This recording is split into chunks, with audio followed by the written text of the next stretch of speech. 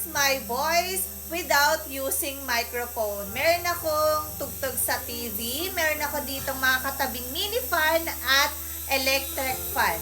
And this is my voice using this microphone. This is from TNW, ang kanilang A21. Grabe yung wireless microphone nila. Naririnig nyo ba? Meron pa rin akong fan dito, meron pa din akong electric fan. Pero konting-konti na lang yung naririnig ninyo. Compare naman kanina sa una kong video without using microphone. So guys, ito yung ating wireless microphone from TNW. Di-magnet na lang to mga BO, kaya madali lang. Ayan. So, makikita niyo na rin kapag ka malulobat.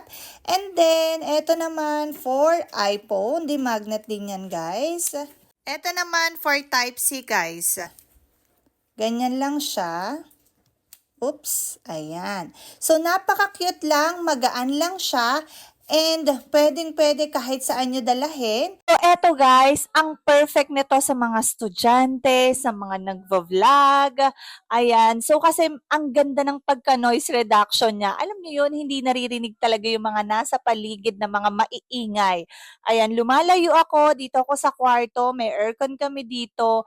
And tingnan nyo, hindi pa rin talaga siya naririnig. And okay na okay pa rin yung voice ko. Klarong-klaro pa rin talaga. Kaya naman, kung bet mo na to, nasa basket ko to, pwede ka nang mag-check out.